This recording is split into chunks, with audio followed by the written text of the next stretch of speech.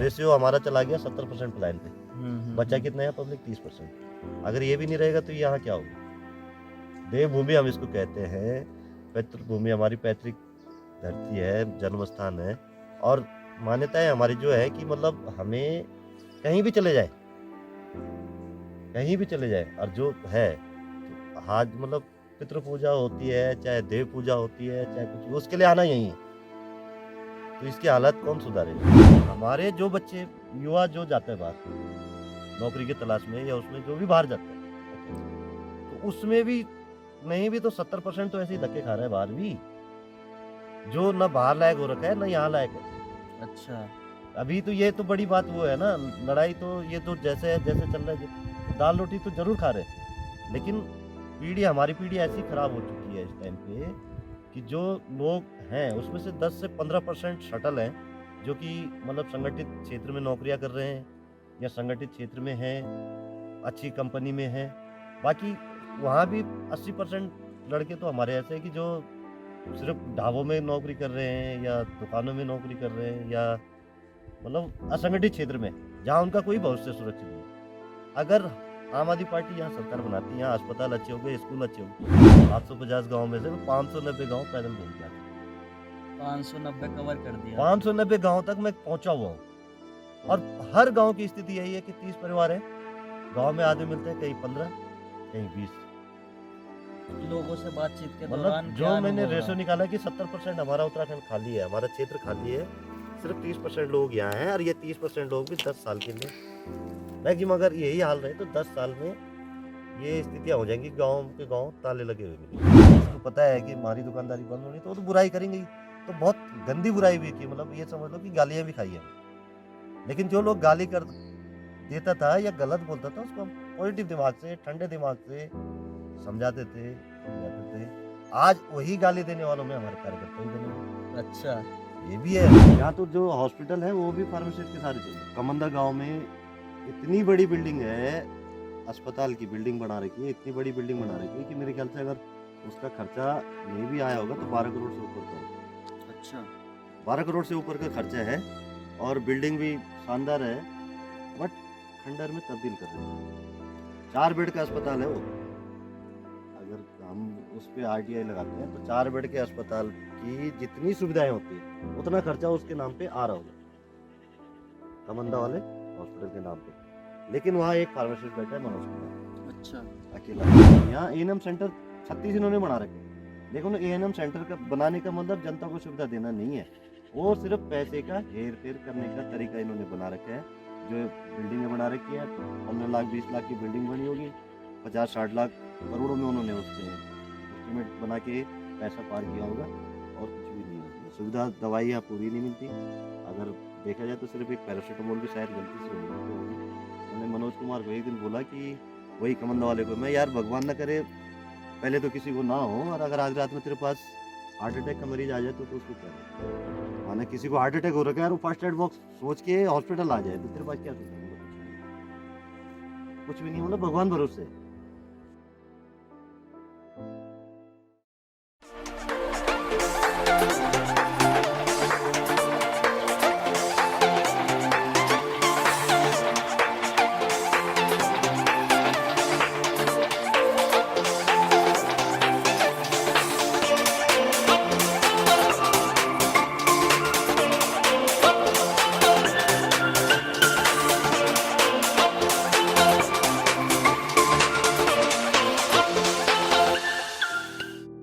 तो सबसे पहले नमस्कार नरेंद्र गिरी जी को।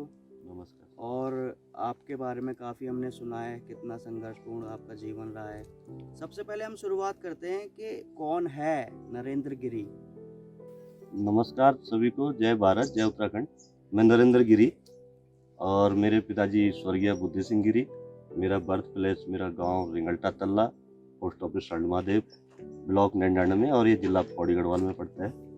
और जन्म मेरा यहीं इसी माटी में हुआ। 30 सितंबर 1976 को मैं पैदा हुआ था, मेरी जो डेट ऑफ बर्थ है।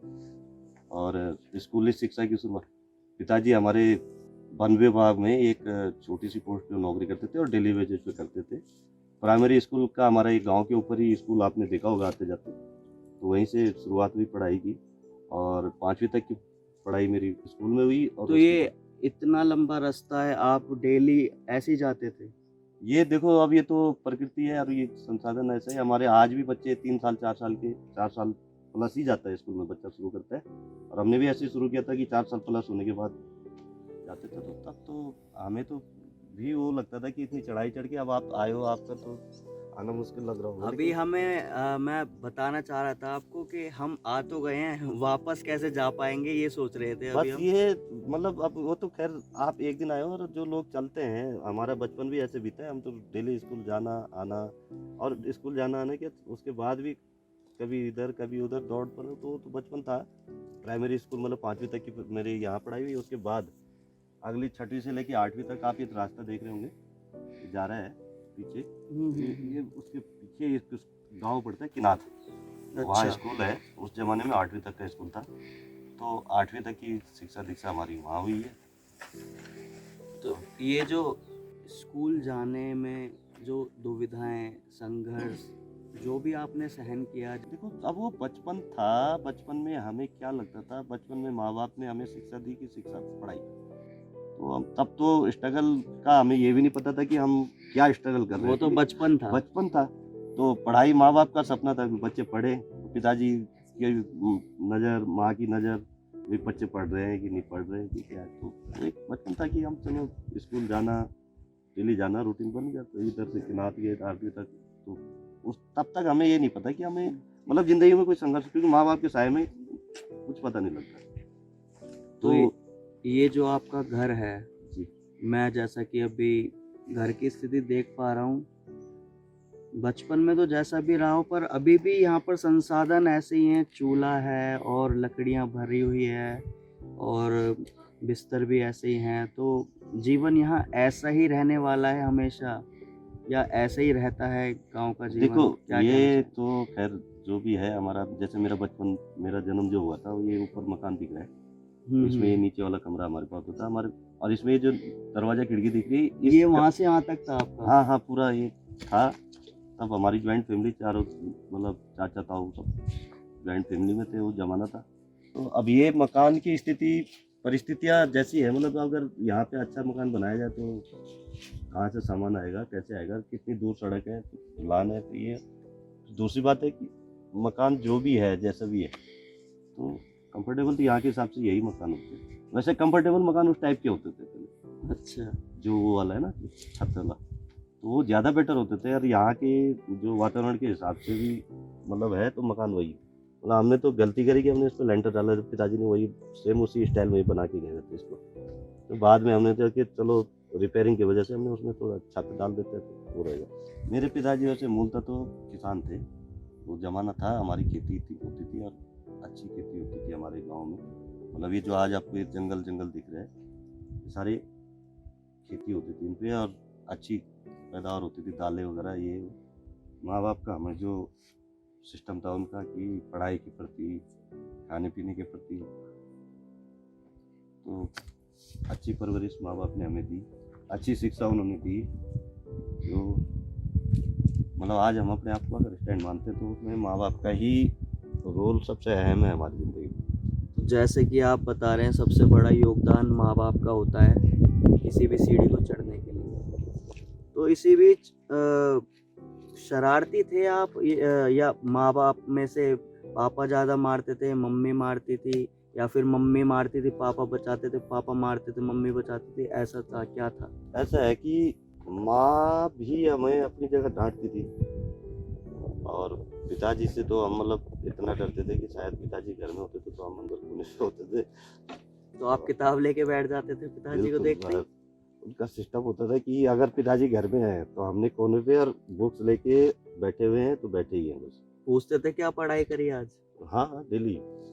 मेरे ख्याल से 6वीं 7वीं 8वीं तक भी पूरी रूटीन पढ़ाई करवाती थी। किताब खोलो, ये करो। अगर आज मैं बोलूँ कि मैं ज़्यादा पढ़ा लिखा नहीं हूँ, मेरे पास कोई डिग्री नहीं है, लेकिन एक एक्सपीरियंस या पढ़ाई के मामले में या उसके मामले में, जैसे इंग्लिश के मामले में मानते हैं कि हम छोटी पढ़ाई में भी इंग्लिश सब्जेक्ट कैसे कवर कर लिया, या आज दिमाग में 2 चीज़ें आई, तो वो शायद पहली पाठशाला पिताजी की थी। ठीक है। कि जो एक ज्ञान दे के गए पढ़ाई लिखाई के मामले में, ना तो कहीं लिखने पढ़ने में दिक्कत आई, चाहे वो इंग्लिश हो चाहे हिंदी हो, तो अच्छा होगा। 9th क्लास में मैं पढ़ने के लिए जा रहा था, तो अगर आप डायरेक्शन दे सकते हैं, मैं आपको बताऊं तो आप देख के हैरान होगे कि कितनी दूर है। सड़क जो जा रही है ना, हाँ हाँ हाँ। ये सड़क को एंड पे देखो ऊपर कहाँ पे दिख रही है, अच्छा, वहाँ वहाँ। और उस जमाना होता था हमारे कि रास्ता होता था ये वाला, ये सीधा पैदल का, क्योंकि संसाधन इतने नहीं थे कि हमारे पास बस का किराया हो। ये खतरनाक जंगल भी पड़ता है, गांव क्रॉस, ये मेरा गांव क्रॉस हो गया, मेरा गांव तो लगभग क्रॉस हो गया, नीचे एक गांव और पड़ता है, वो गांव क्रॉस हुआ, उसके बाद पूरा जंगल है, जंगल के बाद नीचे नदी है बहुत खतरनाक। मतलब ये समझ लो कि आते जाते हमें बाघ चीते तो खुलेआम दिखते थे वो जमाने। तो आप नदी पार करके और जाते नदी थे? पार बरसात होती थी तो नदी, मतलब एक जिंदगी रिस्की होती थी वो। फिर ग्रुप में चलते थे 8-10 लड़के, एक दूसरे के सारे चलते थे। कुछ लड़के हमारे साथ थे कि जो नदी पार करना अच्छा जानते हैं नीचे वाले गांव के, क्योंकि नदी के किनारे वाले हैं, तो एक्सपीरियंस उनको बन जाता था, उनके सारे हम भी। बट लाइफ रिस्की होती थी कि लगाओ कि 13-14 साल की उम्र होती है हमारी। सही बात है, सही बात। अगर हम 9वीं में गए तो 13 साल की उम्र में मैं 9th में रहा होगा, 14 प्लस में मैं 10th में रहा होगा। 13-14 साल की उम्र में, और इतनी बड़ी उपबंधी नदियों पे भी हमने रिस्क लिया है। पढ़ाई भी हमारी ऐसी चली, जंगल चलते थे, नदियाँ होती थी, और बस लक्ष्य एक ही था कि पढ़ें पढ़ें पढ़ें। तो आपकी फैमिली में कौन कौन है और कितने भाई बहन थे, आप वो सारा बताएं। मेरा जो, मतलब वैसे तो हमारे दादाजी के हिसाब से देखा जाए तो चाचा ताऊ मिला के 5 परिवार हमारे इस घर में रहते थे, और उन 5 के हम लोग 13-14 भाई बहन। और जो मेरे रियल जो मतलब पिताजी के हम जो 4 भाई 2 बहन। और भाइयों में सबसे बड़े भाई है हमारे, मतलब मेरा नंबर 3 आता है, तो 2 मेरे से बड़े थे, एक मेरे से छोटा, और दोनों बहन। तो आप 3 भाई 2 बहनें? हम थे 4 भाई और 2 बहनें। 4 भाई 2 बहनें। लेकिन एक भाई का भी आपने सुना होगा, थोड़ा वो उसमें मतलब शहीद ही हुए हैं। वो एक भारतीय तटरक्षक बल में, इंडियन नेवी में थे, और बताएं उनके बारे में हादसा कुछ। मेरे साथ हुआ। उसके बारे में आपको शायद ध्यान है ही, कुछ ही दिन की बात है, शायद दिसंबर, चेन्नई में होते उस टाइम। बाकी परिवार हमारा मतलब कंफर्टेबल परिवार, सब जो भी था जमाना था। आज हम 2 बच्चे पालने के लिए घबरा रहे हैं, संघर्ष कर रहे हैं, और तब हमारी फैमिली मतलब 4 भाई 2 बहनें, सबकी अच्छी शिक्षा, सबको तो एक रूटीन था कि जैसे जॉब थी, पिताजी की जॉब, उनकी इतनी हाई फाई नहीं थी मेरे ख्याल से। अगर जब मेरा जन्म हुआ तो उनके उस जमाने में उनकी तनख्वाह रही होगी ज़्यादा 50-60 रुपये। अगर हमें होश संभाला तो उनकी तनख्वाह रही होगी 200-250 रुपये। तो वो टाइम था कि हमारी खेती होती थी साथ में, सब कंफर्टेबल मेहनत करते थे। अगर मैं बोलूँ कि मैंने खेती शुरू कब की, तो मैं 5वीं तक तो यहाँ पढ़ा, 8वीं तक नाथ पे। 8वीं तक जैसे मैं 8वीं से 9th में गया तो मेरे दोनों भाई रोजगार के लिए बाहर निकल गए। सुबह हमारा रूटीन होता था कि 2 घंटा हल चलाना, अच्छा। खेती करना। यानी कि अगर हमारा 8 बजे का स्कूल होता था, तो 8 बजे का स्कूल होने के बाद भी हम 4 बजे सुबह उठना, अपने बैल तैयार करना, बैलों को घास पानी माँ दे देती थी, बहनें दे देती थी, साथ में परिवार में ऐसा कुछ नहीं था। और ठीक 5 बजे हमने बैल निकाले बाहर, 6 बजे तक। अगर 1 घंटे भी रूटीन बनाए कि 1 खेत हुआ 2 खेत हुआ, खेत आप देख ही रहे हो कि ऐसे जैसे अगर आज ये कर दिया तो कल ये वाला हल जब जोत के वो तैयार करना होता था। लेकिन रूटीन होता था कि हमने करना है, क्योंकि अक्सर बरसाती खेती, बरसात में तो पिताजी गाँव में होते तो वो देखते थे सारा। लेकिन जो जैसे आजकल सितंबर अक्टूबर में या जनवरी फरवरी में जो जुताई होती है, तो वो हम लोग खुद संभालते थे। वैसे अक्सर स्कूल होता था सर्दियों में तो 10 बजे से 4 बजे तक का, तो 10 बजे से 4 बजे तक हुआ तो 8 बजे तक हल चलाओ। 8 बजे से 12 बजे तक का स्कूल रहा, 1 बजे तक स्कूल रहा, तो सुबह 2 घंटे सुबह 2 घंटे शाम को। तो खेती होती थी, अच्छा परवरिश के लिए, मतलब घर में ऐसा नहीं था, जैविक खाना मिलता था और बहुत अच्छा लगता था वो जमाना। संघर्ष था लेकिन खुशी खुशी कटा था वो उस वक्त के हिसाब से। आज हम सोचते हैं कि आज हम उसमें भी सब कुछ नहीं कर पा रहे। ऐसा कोई अपना किस्सा या पल बताएं जो आपको बहुत भावुक कर गया, जिसकी वजह से आपने कुछ बड़ा फैसला लिया, या फिर रोजगार में आपको क्या तकलीफें हुई, हमारी लाइफ जो संघर्ष की रही है, बचपन से जो रही है, और जो रियल संघर्ष मतलब जो आप देख रहे हैं कि चाहे ये चढ़ाई हो, चाहे वो हो, चाहे वो हो। अब पढ़ते-पढ़ते अगर मेरी इच्छा थी कि मैं भी इंजीनियर बनूँ, डॉक्टर इंजीनियर बने या अच्छी पढ़ाई करके सरकारी जॉब पकड़े। नहीं तो लास्ट में हमारे पास ये तो कम से कम होता ही है, तो एक जज़्बा होता है कि नहीं यार फौज अच्छी नौकरी मिले, ना मिले, टीचर, इंजीनियर, डॉक्टर बने, ना बने, फौज तो ऐसा है कि हम कंफर्टेबल वो हो जाते हैं। लेकिन फौज के लायक भी मतलब मेरे को जब मैं 9th में गया तो उस टाइम पे मेरे को एक तकलीफ हुई मेरे कान में। तो उस कान की तकलीफ की वजह से मतलब वो सपना भी खत्म हो गया। तो फिर यही लगा कि अब सपने ज़्यादा बड़े नहीं देखने, अपने आप को मजबूत करो, मेहनत करने के लिए। अब हर बच्चा जैसे जाता है तो वैसे हम भी मतलब 11वीं से मैंने स्कूल छोड़ दिया, क्योंकि यहाँ की जो परिस्थिति है वो देख के ये लगा कि फौज में जाने लायक भी नहीं हो रहा। अब पढ़ाई, लंबी पढ़ाई करें, इतने संसाधन भी हमें मतलब आपका सपना टूट गया तो सब आपको लगा संसाधन- सब बेकार है, अब कमाने की सोचनी है। बस पैसा कमाए।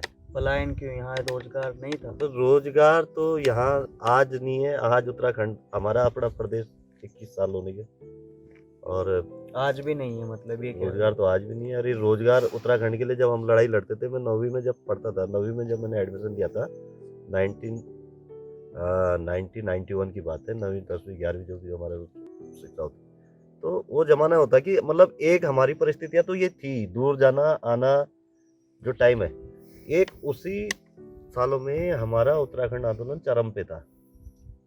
मतलब अगर 365 दिन साल भर में होते हैं और स्कूल चलता है करीबन मेरे ख्याल से 180 दिन ही चलता है स्कूल का जो पीरियड होता है, तो वो 180 दिन में भी समझ लो कि 80 दिन हड़ताल होती ऐसा क्यों? उत्तराखंड आंदोलन की, जो हमारे उत्तराखंड राज्य की मांग को लेके वो चरम पे था वो आंदोलन उस टाइम। आए दिन हम भी कभी धुमाकोट, कभी मतलब राम ये आंदोलनों में बसों क्या में डिमांड थी? उत्तराखंड राज्य की मांग चल रही थी, हाँ के उत्तराखंड उत्तराखंड बन जाए, और वो आंदोलन चरम पे थे मतलब उस जमाने में 91 फुल 92 जोश था। हाँ बहुत जोर से चलते थे, और हम भी आए दिन आंदोलनों में वो लेते थे हिस्सेदारी कि यार हमारा उत्तराखंड राज्य अगर अलग बनेगा तो शायद हमें एक नई जिंदगी मिलेगी, ये सोच के हम उसमें चलते थे तो वो देख के फिर तो कह सकते हैं हम भी कि आप भी आंदोलनकारी रहे हैं। आंदोलनकारी रहा हूँ मैं। अगर एक मतलब पॉलिटिकल जज्बा आपको दिखता तो ये आज शुरुआत से नहीं होती, ये शुरुआत से नहीं होती। मैं आपको कुछ कहानियां बताऊं ऐसे कि आंदोलन की बात तो बाद की बात है। मैं हाँ। पढ़ता था 10th में और हमारे यहाँ लग गया था वो आदमखोर बाग। आदमखोर नरबख्शी। हाँ नरबख्शी, वही खिरेर खाल पढ़ता था मैं। अब आदमखोर बाग लग गया, इस क्षेत्र से हम मतलब जैसे मेरा गांव है, नीचे एक गांव और है, इसके पीछे भी गांव है, और आगे मैं सड़मादे बता रहा था, नीचे जो सड़मादे वहाँ, और उससे आगे भी गांव है कुछ। तो हम इस क्षेत्र से इंटर कॉलेज खिरेरी खाल में 17-18 लड़के जाते थे। अब आदमखोर बाग लग गया तो डर होता था। सुबह सुबह हम लोग अगर 10 बजे स्कूल लगाने के लिए जाते थे तो 7 साढ़े 7 बजे घर से निकलना होता था। पूरा नीचे जंगल है, और उस आदमखोर के जमाने में मतलब इसी जंगल के नीचे उसने 2-3 वार किए थे। जब हम लोग ये बोलते थे कि यार अब क्या करें तो करें क्या, तो एक दिन ऐसे ही मैंने सारे लड़कों को बिठाया, मैं ऐसा करता हूँ, मैं एक एप्लीकेशन लिखता हूँ प्रिंसिपल के लिए, और प्रिंसिपल साहब को एप्लीकेशन देते हैं, और हमारा अपना टाइम सुबह 11 बजे से लेके शाम को 4 बजे के 3 बजे तक करवा देते, क्योंकि हम जब सड़क से जाते थे तो पहली बस तो छूट जाती थी जिससे हमने कंफर्टेबल पहुंचना था, तो दूसरी बस आती थी तो 11 बजे वहाँ पहुंचती थी लगभग। तो हमने 11 बजे से 3 बजे तक करो। लड़के सारे बच्चे थे, डरते थे, लेकिन शरारत, सोचिए शरारत बोलो या एक मतलब लीडरशिप, बालपन में लीडर बनने का शौक। लीडरशिप का शौक था। तो मैंने एप्लीकेशन लिखी, मैं साइन तुम सारे करोगे, प्रिंसिपल तक पहुंचाना मेरा काम है। ठीक है। बोले ठीक है, सबने साइन कर दिए। मैंने एप्लीकेशन लिखी, जी ऐसे ऐसी ये है आदमखोर का, हम सुबह अगर जल्दी से जल्दी भी निकले, जंगल पूरा पड़ता है, बच्चे सारे छोटे हैं हमारे साथ, अगर हम 4 लड़के मजबूत थे दौड़ने में, तो 2 हमारे साथ ऐसे भी थे कि वो चल फिर नहीं पाते थे, या हमारे साथ लड़कियां चलती थी, सब मिलके एप्लीकेशन लिखी मैंने। तो अब मैंने लिख तो दी, सब चीज कर दिया, अब देगा कौन? तो मैंने, हमारा जनरल मॉनिटर होता था, उसको पकड़ाई जबरदस्ती में, ये प्रिंसिपल साहब के पास पहुंचनी चाहिए। तेरी जिम्मेवारी है, नहीं तो हम अगली बार तेरे को वोट नहीं करेंगे। तो उसकी भी हिम्मत नहीं हुई, उसने किसी पियोन को पकड़ा ली। बट जैसे जैसे प्रिंसिपल साहब को एप्लीकेशन मेरी पहुंच गई, अगले दिन शाम को तो हम आ गए। और ये एप्लीकेशन लिखने का दिमाग में तरीका इसलिए आया था, वो एक दिन क्या हुआ था कि हम लेट हो गए, जैसे मैं बताया कि वो 11 बजे वाली गाड़ी में हम लेट हो गए, तो पीटीआई जो हमारा होता था उसने अंदर घुसने नहीं दिया बच्चों को। तो हम इतना रोए थे कि मतलब एक जज्बा होता था कि स्कूल जाने में हम खुशी खुशी जाते थे, कोई बंक ना मारे, कोई पीरियड खाली ना हो। और आदमखोर के डर के बाद थोड़ा लेट गए तो पीटीआई साहब ने हमारा गेट बंद कर दिया और किसी को भी अंदर नहीं घुसने दिया। 17-18 लड़के जो भी हमारे इस तरफ के थे बाहर। उससे प्रेरित हुआ था कि आज ही ये चिट्ठी लिख के और वहां दी जाए। तो चिट्ठी दी, सब चीज होकर के अब अगले दिन जब प्रेयर ग्राउंड पे खड़े हुए, दिमाग में तो डर था कि मैंने गलत किया है। अब पता नहीं, सारे उस जमाने में हमारे स्कूल में 750 बच्चे होते थे। अच्छा जी। हाँ, आज की डेट में किसी भी इंटर कॉलेज में 607 मतलब 60 70 80 बच्चे टाइम पे, मतलब मिडिल छठी से लेके 12वीं तक 600 500 600 बच्चे स्कूलों में होते थे। अब वो डर लगे कि दे तो दिया है, लेकिन बेटा मार पड़ेगी तो फिर इतने बच्चों के बीच में बेइज्जती करेगा। लेकिन जब प्रिंसिपल साहब को चिट्ठी पहुंची, उस चिट्ठी पे संज्ञान लिया, प्रेयर हो रही थी, प्रेयर में पूरा बोला ये कौन है जिसने चिट्ठी लिखी, आगे आ जाओ। अब सब लड़कों ने बोला इसने लिखी, वही लिखी मैंने दी, दिमाग मैंने दिया था कि लिखूंगा मैं तो साइन सब करेंगे, सब आगे कर देते हैं। हाँ। तो सब ने बोला कि हाँ तो मैंने लिखी, बोला आगे आ जा। चला गया मैं, दिमाग में जो हो रहा था हो ही रहा था अंदर से, लेकिन आगे। लेकिन उस दिन जब प्रिंसिपल साहब ने मेरी पीठ थपथपाई, बच्चे मतलब ये भी बहुत जरूरी है, बहुत जरूरी है। तब से मेरा दिल खुला कि किसी भी मतलब मेरा अपने हक के लिए या अच्छाई के लिए या किसी भी अच्छाई के लिए कोई XYZ कोई भी दिख जाए, अगर प्रशासन से लड़ना है, शासन से लड़ना है, तो चिट्ठी लिखने में मेरे को कोई डर नहीं। तो वहां पर आपको ये पता चला कि भाई ये इनाम पीठ थपथपाना कितना बड़ा साबित हुआ आपके लिए। बहुत बड़ी बात थी। और उन्होंने उसी टाइम फिर अनाउंस कर दिया कि बेटा आप सुबह 11 बजे वाली गाड़ी में आओ और शाम को 3 बजे किसी की क्लास चल रही हो, कुछ भी हो रहा हो, निकल जाओ, आप बिना पूछे निकल जाओ। तो सारे लड़के खुश भी हो गए, मतलब एक जान बची लाखों पाए। हमारा होता था, दहशत तो होती थी। तो लीडरशिप आ गई तगड़ी तो वहां से। वो दिमाग में आ गया कि वास्तव में अगर अच्छा ही कर दो, तो जहां मैं डर रहा था रात भर की स्कूल में बेइज्जती होगी, अगर एक थप्पड़ भी वो मारता तो मेरे लिए बहुत बड़ी बात थी, क्योंकि पहली से लेके यार 10वीं 11वीं तक मैंने कभी थप्पड़ नहीं खाया, पढ़ाई के मामले में या शरारत के मामले में या गलत उसके मामले में। ऐसे और किस्से ऐसे मेरे साथ कई हुए। एक बार हम लोग क्रिकेट खाल में ही थे और पीटीआई ने, मतलब ये आपको नीचे ग्राउंड दिख रहा होगा, यहाँ पे क्रिकेट मैच चल रहा था। तो हमारे यहाँ से जब सिलेक्शन हो रहा था तो 10वीं में थे हम शायद, तो पीटीआई 12वीं तो 12वीं के बच्चों को खेलने के लिए भेज दिया और हमारे को छोड़ दिया। अब ऐसे ही 10वीं में शरारत भी होती है, क्लास शरारती बच्चे भी थे, तो वो भी थे। अब सब मिले तो क्या करना चाहिए, मतलब क्या करना चाहिए, चले जाते हैं, खेलना है तो खेलना है। स्कूल में चिट्ठी डाल देते हैं, स्कूल में एप्लीकेशन डाल के, और पीटीआई ने जब प्रिंसिपल साहब को दी, साइन कर दिया उन्होंने, सेक्शन कर दी छुट्टी। फिर 2 दिन 3 दिन की जो भी छुट्टी सेक्शन होगी तो हम क्रिकेट खेलने आए। तो 12वीं और 10वीं का एक इकट्ठे हम भिड़े, तो 12वीं वाली टीम बाहर, जो स्कूल की ऑफिशियल टीम आई थी वो बाहर। इतना अच्छा खेले, मतलब टीम तो बच्चे, अब 10वीं और 12वीं में था कि 10वीं में और 12वीं में तो बराबर बच्चे, जो उम्र का तकाजा 1.5 साल का ही तो छोटे बड़े होते हैं। और सीनियर्स को हराना बहुत बड़ी बात बट वो एक नया वो निकल गया, खुशी होती है, सीनियर ही बाहर। तो मतलब लीडरशिप की भावनाएं मेरे साथ स्कूल लाइफ से ये छोटी छोटी आ गई थी। जैसे अब मैं अपने गांव की भी कैप्टनसी की है। आज अगर मेरे साथी यहाँ पे होते, मतलब जो क्लास फेलो या बात टाइम, तो मेरे ख्याल से 3-4 साल तक मैंने अपने गांव की लीडर, क्रिकेट में भी हम जाते थे, किनगोड़ी खाल, वो तो बहुत दूर दूर तक खेलने जाते थे। तो आपको खेलना पसंद रहा है क्रिकेट? क्रिकेट का भी बहुत शौक है। तो अब दिल्ली में गया रोजगार की तलाश में, एक महीना भाई के सारे रहा, बड़े भाई के लगा देंगे नौकरी, पता नहीं, दूसरे महीने दूसरे भाई के सारा वो लगा देंगे, तीसरे महीने 3-4 महीने तक जब घर में बोर हो गया, खाली काम का कोई सोच ही नहीं रहा, खाना भी मिल रहा है, पीना भी मिल रहा है, चलो वो तो मिल रहा है, रहना भी मिल रहा है, सोना भी मिल रहा है, लेकिन जो था वो मिल ही नहीं रहा। तो ऐसे ही फिर दिमाग से उतरी बात, फिर मैं थोड़ा थोड़ा पैदल घूमना शुरू कर देता था। जाते जाते एक दिन पहुंच गया तिलक नगर। तिलक नगर पहुंच गया तो कहीं बोर्ड लगा हुआ था हेल्प। नहीं, तिलक नगर से पहले मैं एक बार एक अखबार पढ़ता था, तो अखबार में एक वैकेंसी आई थी। ठीक है ठीक है। वैकेंसी थी वो लगभग मेरे ख्याल से पियोन की थी या क्लर्क की थी, कुछ इस टाइप की वैकेंसी थी। और मैं चला गया उसके पास। तब मेरे को ये भी पता नहीं होता था कि रिज्यूम भी बनाना होता है, अच्छा। बायोडाटा क्या होता है वो भी नहीं नॉलेज थी। हाँ हाँ उस वक्त ठीक है, बस वैकेंसी देखी, पहुंच गया चलते चलते फैक्ट्री में। तो डेस्क टू डेस्क बैठे, जिसने इंटरव्यू लेना था वो इंटरव्यू ले रहा था, तो बोला आपका बायोडाटा लाए हो? मैंने बायोडाटा तो पाया है नहीं। तो मैं क्या करूँ, हाथ से बना दूँ? बोला बना सकते हो? मैं हाँ बना सकता हूँ, कोई दिक्कत नहीं। मेरे को मैं कागज और पेन दे दो, मैं बना देता हूँ। कागज और पेन लेके मैं बायोडाटा उसका अपना बना रहा था। और बनाया मैंने पूरा, मतलब प्रोफाइल अपनी सारी इंग्लिश में लिखनी शुरू करी उसके सामने। बोले भाई साहब आप क्यों ऐसे पियोन की नौकरी क्यों ढूंढ रहे हो? आप सच बताओ, अपनी प्रॉब्लम बताओ। यार नौकरी नहीं है तो बोल रहे क्यों ढूंढ रहे हो पियोन नौकरी? हमें नौकरी चाहिए। वो बोल रहे तुम पियोन की क्यों ढूंढ रहे हो? बोला आप तो राइटिंग से ऐसा लग रहा है कि ग्रेजुएट बंदे हो।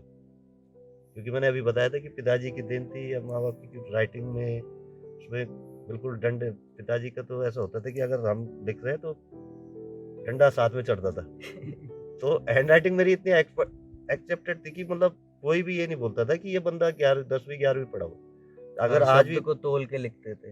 हाँ, आज भी कोई लिखने में या जैसे एप्लीकेशन वगैरह लिखने में, उसमें कई चीज़ों में होता है तो अच्छा वो रहता था स्टॉक। तो मेरे को बोला भाई साहब ऐसा है, माफ़ करना आप तो चाहे मजबूरी में आए हो, लेकिन मैं नहीं आपको पियोन की नौकरी दे सकता। बट इतना ज़रूर है कि अगर मेरे पास कभी आपके लायक पोस्ट आती है तो मैं आपको रख लूँगा। आप मेरा अखबार देखते रहना, और जैसे अखबार में ये पोस्ट आई ऐसे ही हम डालेंगे। कब तक इंतज़ार करेंगे? तो जब तक फिर ऐसे ही होना मच गई थी, मैंने भाई का घर छोड़ दिया। निकल गया मैं घर से बाहर। भाई को बोला मैं नहीं आ रहा, मैं फलाने किसी के साथ रहूँगा और नौकरी फलानी जगह कर रहा हूँ, मैं ऐसे करके घर छोड़ दिया। अब एक दिन जो इसके साथ में था, तो घूमते फिरते मैं गया तिलक नगर में। तिलक नगर में जहाँ मैंने नौकरी करी है, तो हेल्पर का बोर्ड लगा था। अब दिमाग में आ गई कि अब ये भी नहीं बोलना कि पढ़ा लिखा हूँ। अब दिमाग में आ गई कि मैं पढ़ा लिखा, अगर मैं उस दिन ओवर स्टाइल नहीं दिखाता, अपना प्रोफाइल बायोडाटा अपने हाथ से बना के नहीं देता, तो वो शायद नौकरी रख लेता, वहीं रख लेता। तो दिमाग में आ गई कि अब ओवर स्टाइल नहीं मारना, नहीं मारना, हमें नौकरी चाहिए ही नौकरी चाहिए, चाहिए तो रोजगार चाहिए चाहिए ही चाहिए, बस एंट्री होनी चाहिए, चाहे वो कैसे ही हो जाए। कैसे भी हो जाए। तो चला गया उधर, बोला कर लोगे? मैं हाँ कर लूँगा। बोलता है भाई हमारे यहाँ पे हेल्पर की जरूरत है, लेकिन शर्त एक है। मैं बताइए शर्त क्या है? शर्त ये बोल रहा है कि तिलक नगर टंकी, अगर आप दिल्ली में हैं यार, टंकी आपने सुनी होगी कभी, तिलक नगर में टंकी होती थी, बहुत बड़ी टंकी। टंकी के नीचे एक नलका होता था, वहां से पानी भर के लाना होता है, और 3 ड्रम पानी लाने होते हैं। और पानी की शर्त है कि 9 बजे से पहले 9 बजे के बाद पानी नहीं आता। और 9 बजे तक पानी भरने के लिए 7:30 8 बजे लाइन पे लगोगे, तब जाके पानी मिलेगा आपको, नहीं तो ठीक है कोई बात। सैलरी वाली बताओ? बोल रहे सैलरी देंगे 500 रुपये। कौन से सन की बात है? 94 की होगी। तो उस वक्त के 500 रुपए आज के कितने पैसों से अब उस वक्त का 500 रुपये में अगर कंपेयर करूं, तो शायद उस टाइम पे मैं अगर जनकपुरी से जाता था, C1 से, और तिलक नगर, तो 50 पैसे की बस की टिकट होती थी। 854 बस होती थी। 4000 मान लें हम। 4,000 से भी ऊपर ही, 5-6 हजार, 5-6 हजार रुपये के आसपास मान के चलो, क्योंकि उस 500 में हम अगर कमरे का किराया देते थे तो 100-150 रुपये देते। तो मतलब आज के हिसाब दूध से लेते थे मानो तो 3.5-4 रुपये का, हमें 3.5-4 रुपये में आधा लीटर वो मिल जाता था। तो वो जमाना था 93-94 का। 500 रुपए की आपकी जॉब लगे। हाँ। फिर मतलब मेरे ख्याल से मेरे को ये ध्यान में आ रहा है कि हम चाय बनाते थे तो ओपन डेयरी से हम 2 रुपए का भी दूध लाते थे, चाय बन जाती। गिलास लेके गिलास में गिलास लेके गए, 2 रुपए का दूध देना भाई, और उसमें चाय बढ़िया बन जाती। वो टाइम था वो। तो आज की डेट में देखा जाए तो 5,000 तो मरे से मरे, सिर्फ रुपए की वैल्यू में 5,000 है। और वैसे अगर वो चीजों को याद करें तो 8,000 10,000 जाते। नौकरी होती है तो हमें ही नहीं पता कि क्या अच्छा है क्या बुरा है, क्योंकि चाहिए थी, आपको बस ये था कि जरूरत थी, जरूरत है। पैसा चाहिए, नौकरी चाहिए। तो ऐसे ही जब 3-4 दिन 5 दिन मैंने मतलब ज़्यादा से ज़्यादा 3 दिन पानी भरा होगा मैंने। 3 दिन बाद ऐसे ही मेरा बॉस बोलता है, यार फलानी दुकान पे वो लड़का है जरूर, अनु अनु अनिल नाम था लड़के का, अनु अनु उसको बोलते थे, अभी भी मेरे को याद आ रहा है उसका। बोला वो अनु है चावला इलेक्ट्रिकल करके दुकान पे, अनु बैठता है, उसको जरा बुला के। अब आदत से बड़ी क्यों, मैंने बोला सर क्यों? अच्छा, आपने पूछ लिया क्यों? हाँ मैं क्यों? 3 दिन में ही? बोला यार एक वाउचर बनना है बैंक में, कुछ पैसे जमा करने हैं, वाउचर बनने के लिए लाना है। कोई बात नहीं, आप मेरे को दे दो, मैं भर देता हूँ। बोला भर लोगे? मैं हाँ भर लूँगा।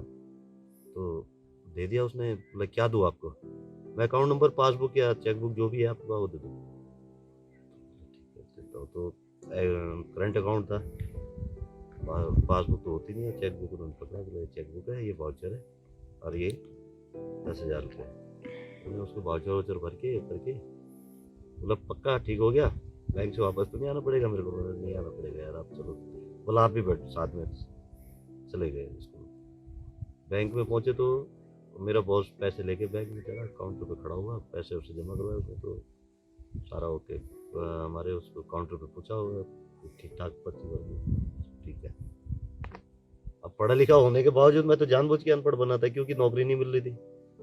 कंडीशन ही ऐसी थी कि मतलब जिस लायक नौकरियां थी उस लायक हम नहीं थे, और जहां मैं जाता था कि कंफर्टेबल हो, वो बोलते थे नहीं यार आप बहुत पढ़े लिखे हो, मैं ऐसे काम क्यों करवाया। लेकिन काम करने की आदत आगे से आगे थी, लीडरशिप की आगे से आगे वो थी। सीख बैंकिंग मैंने मतलब लगभग ना होते हुए, जबकि हाई स्कूल लाइफ में बैंकिंग नहीं होती, मैंने सीख ली। बैंकों में वाउचर बनना है, मतलब स्कूल लाइफ में भी मैं फार्म वार्म भरना, लोगों के जैसे कोई बैंक में गांव का जा रहा है, कोई किधर का जा रहा है, तो इससे ही हमें बैंक का कैसे पैसे जमा करते हैं, कैसे निकालते हैं, ये चीज़ें सीख ली थी। अपने लिए नहीं, लोगों के लिए। लोग भरवाते थे कि भाई मेरा फार्म भरते, क्योंकि गांव में होते ही हैं बड़े बुजुर्ग जो वो रहते हैं, तो वहीं से मेरे को नॉलेज था कि ये चीज़ें। तो इस चीज का उसमें क्या असर पड़ा? मतलब तीसरे दिन ही आपने? तीसरे दिन ही जब वो नंबर आ गया तो भर दिया मैंने। वह क्यों नहीं बोलता, तो वो नहीं होती कंडीशन, नहीं पता लगती कि कारण क्या है। बैंक गए, बैंक से पैसे उसे जमा करके जब आ गए तो दुकान पे बैठे ऐसे ही फिर इधर उधर चर्चा की होगी उसने अपने बड़े भाई से कि यार लड़का काम का है, मजबूरी में यार, समझ गया होगा मतलब कि मजबूरी में इसने हाँ बोली है, हेल्प की, और इसको संभालना है। तो अब हमारा तो उसके बाद उसने शाम के टाइम फिर बैठे, चाय वाय के टाइम पे बैठे, मेरे साथ आके बैठ गए। तो बोला गिरी बेटा तो बिल बुक का वगैरह आपका कर लेगा क्या काम? आप मैं कर लेंगे, उसमें क्या दिक्कत है? तो बोलता है इसका ये वो में टैक्स रेशो, टैक्स वैक्स कैसे लगते हैं, CST होता था उस जमाने में, CST, तो टैक्स वैक्स का क्या हिसाब किताब है पूरा। मतलब जो भी कंपनी की आइटम होगी वो टैक्स पेड होती है, और जो हम मतलब असेंबलिंग आइटम लेते हैं, फैंसी लाइट का काम था तो लाइटें वगैरह, तो बोला इस पे 4% CST, 8% होता था उस टाइम, 4% 8% कर करा के। तो धीरे धीरे बिलिंग का भी मतलब, फिर मैं काउंटर पे बैठ गया, पानी भरना बंद। अच्छा, चौथे दिन से, तीसरे चौथे दिन से ही पानी भरने की ड्यूटी मेरी खत्म। काउंटर क्या बोला बॉस ने? बस वो बोला चलो ठीक है, बोला आपने अब पानी नहीं भरना, अब आप काउंटर पे मेरे साथ बैठोगे, इधर काउंटर होता था, बिलिंग संभालोगे आप? हाँ मतलब जो भी पढ़ा दिक्कत होती थी, जैसे बिल बनाना, क्या माल आ रहा है उसकी काउंटिंग करवाना, गोडाउन में क्या माल पड़ा है उसका वो करवाना, स्टॉक वगैरह देखना, स्टॉक का वो ये सब धीरे धीरे कवर करने लगे। तो अब हमारे को तो मतलब मेरे तो आदत थी कि हमें शर्म किसी चीज़ में नहीं, क्योंकि अगर गांव के पढ़े लिखे नहीं होते तो शायद हम इतना आगे नहीं बढ़ते, क्योंकि हमें शर्म काम में नहीं थी। तो स्टेप बाय स्टेप जो भी होता था काम में, अगर झाड़ू मारने का काम है दुकान पे तो चलो यार, जब तक लड़का झाड़ू मारने वाले आएंगे, तो मुझे ये भी नहीं पता होता था कि झाड़ू मारने वाले लड़के अलग होते हैं। मतलब दुकान खुल गई, अगर आगे मैं पहुंच गया तो झाड़ू पकड़ा, शुरू हो गई। मतलब अपना ही काम समझा है, अपना ही, बस वो घर जैसा ही माहौल कि अपना है, मतलब ये भी नहीं कि नौकरी कर रहे हैं, बस चलो जी झाड़ू मारना, झाड़ू पानी भरना भी तो वैसे मना कर दिया था, लेकिन ऐसे भी नहीं कि अगर जरूरत पड़ी तो मैं उठा के मैं ले आता हूँ ना, क्या फर्क पड़ता है, उठा के ले आऊँ। तो ऐसे धीरे धीरे करते करते जब 5 साल तक मैं घर की तरफ नहीं आया, गाँव वापस नहीं आया। एक बार वहां लगने के बाद 5 साल तक कोई छुट्टी नहीं। उस टाइम पे उस दुकान में मतलब दुकान ही थी वो एक। घर पे कैसे बातचीत होती, घर पे हालचाल नहीं पूछते घर थे? पे हालचाल चिट्ठियां चलती थी। अच्छा अच्छा। चिट्ठियां चलती थी, बट वही था कि बड़े बुजुर्गों ने मतलब हमारे दिमाग में एक चीज डाली थी कि बेटा जिसके साथ नौकरी करोगे टिक के करोगे तो आगे बढ़ोगे। ये अक्सर होता है कि टिक के करोगे तभी आगे बढ़ोगे, नहीं तो ऐसे ही धक्के खाते रहोगे, आज यहाँ कल वहाँ पर वहाँ। और वही दिमाग में होती थी, और बिल्कुल कोई छुट्टी नहीं, कोई 5 साल में मतलब ये है कि तब उसके बाद तो जब मैं बिलिंग पे उसके साथ लग गया, बैंकिंग पे लग गया, तो फिर सीए जो होता था उनका वकील सीए, वो भी फिर सारी जो भी होता था वो मेरे से ही डिस्कस होती थी और मेरे साथ ही बातचीत होती थी कि क्या कैसे कैसे क्या स्टॉक का क्या, परचेज क्या, सेल क्या, बैंकिंग का हिसाब क्या। तो जब धीरे धीरे ये समझा तो फिर मेरे को एक अकाउंट्स की नॉलेज अच्छी खासी नॉलेज, मतलब 5 साल में भी काफ़ी अच्छा एक्सपीरियंस हो गया था अकाउंट्स का। चाइना से माल थोड़ा कंफर्टेबल उस पे आता है, यहाँ पे लोग महंगा देते हैं, इसका कुछ रास्ता बना। जब उसको भरोसा हो गया कि बंदा हर फील्ड में कामयाब है, कुछ भी बोल रहे हैं करके दे रहे हैं। करके देगा, तो बोले इसका कुछ रास्ता बना कि कैसे करें। और तुम्हें पासपोर्ट है? बोलता है यार पासपोर्ट तो नहीं है। तो मेरे भाई एक बड़े वाले भाई थे, वो टूर एंड ट्रेवल्स में ही काम करते थे। घर में आया, उनसे डिस्कस किया, यार बॉस ऐसा ऐसा बोल रहा है, तो इसका पासपोर्ट का क्या प्रोसेस होगा? बोले नागरिकता उसने अप्लाई कर रखी। हाँ अप्लाई कर रखी। उसको बोलना अपना जो तूने एप्लीकेशन वगैरह दे रखी हो दिखाना। तो भाई को कागज वगैरह दिखाया तो प्रोसेस निकाला कि पासपोर्ट बन सकता है, मतलब पासपोर्ट बन जाएगा। तो धीरे धीरे 2000 के बाद लगभग मतलब एक कंसल्टेंट के रूप में मैं बन गया था। लगभग कोई भी आदमी अगर कंसल्टेंट पूछना चाहे अकाउंट्स के मामले में, अकाउंट्स का भी बेशक मेरे पास डिग्री नहीं है लेकिन कस्टम क्लियरेंस एंड ऑल सारी चीजें। हाँ अकाउंट्स के मामले में पूरा वो बना लिया, इसका कस्टम के मामले में पूरा वो बना लिया। फिर दुकान पे धीरे धीरे करके तो कंसल्टेंसी टाइप का भी मैं हो गया था कि कोई भी पूरी बाजार में जितनी भी दुकानें थी अगर कहीं पे वो फंसते थे तो मेरे पास आके किसी को क्या चाहिए, क्या हाँ। कहाँ पहुंचाना है, कहाँ से लेना है, सब वो आपको। तो ये तो सब लेन देन तो खैर बॉस ही करता था कि कहाँ से ले रहा है क्या ले रहा है, परचेजिंग का। बट माल क्या आ रहा है कैसे आ रहा है। हाँ डिस्बर्समेंट का होता था कि जब हमारा इम्पोर्ट शुरू हुआ, जब इम्पोर्ट करना शुरू कर दिया था हमने 2002-03 में, तो उसके बाद होता था कि धीरे धीरे होलसेल दुकानदार हमारे पास आने लग गए, तो ऑल ओवर इंडिया से वो आते थे। तो तब उसके साथ मिल के वो होता था कि यार कहीं पे अगर ट्रांसपोर्ट में माल टूटता है, कच्चा माल होता था, कांच का होता था, फैंसिलाइट, तो गाड़ियों का, फिर गाड़ियों की नॉलेज बढ़ी तो धीरे में उसी के साथ साथ रहते रहते ट्रांसपोर्ट अपना सेपरेट कर दिया। अच्छा, आपकी फैमिली में कौन कौन है, शादी कब हुई, कैसे हुई, वो भी जान लेते हैं। 2006 में शादी हुई है मेरी, मतलब लगभग 13-14 साल सर्विस कर नौकरी करने के बाद। एक ही जगह। हाँ हाँ उस नौकरी तो मैंने और कहीं की नहीं हुई, एक ही जगह। मतलब आज भी अगर मैं जाऊंगा तो बॉस से कभी कोई ऐसा नहीं हुआ लड़ाई हुई? लड़ाई झगड़ा होता था तो अपनेपन में होता था कि थोड़ी देर के लिए हो गया। पैसों को लेकर के कभी कुछ नहीं हुआ? पैसे के लेके भी होता था, छीनना आता था, चोरी करना हमने नहीं सीखा था। अगर आज मैं बोलूँ कि तजुर्बा सब है, अब न्यू रखने का मतलब होता है कि किसी के साथ धोखा करना, और धोखा मेरे से नहीं। 5 दिन जब मेरी शादी की तैयारियां मतलब हो गई थी, क्योंकि मेरे पिताजी एक्सपायर हो गए थे 99 में, तो 99 के बाद थोड़ा सा शादी जो मेरी 2002-03 में होनी थी वो 2-3 साल आगे मतलब ऑटोमेटिकली वो हो गया कि बीच में साल 2 साल कुछ नहीं बना। तो 2004-05 में मेरी बात चल रही शादी की। 2004-05 में जब शादी हुई, तो शादी होने के टाइम पे जब मुझे शादी का वो हो रहा था, तब परिवार वाले या बड़े भाई जो भी होता है, खर्चे की बात आती है। तो जब इन्होंने बोला कि भाई शादी का खर्चा कहाँ से आएगा, अच्छा।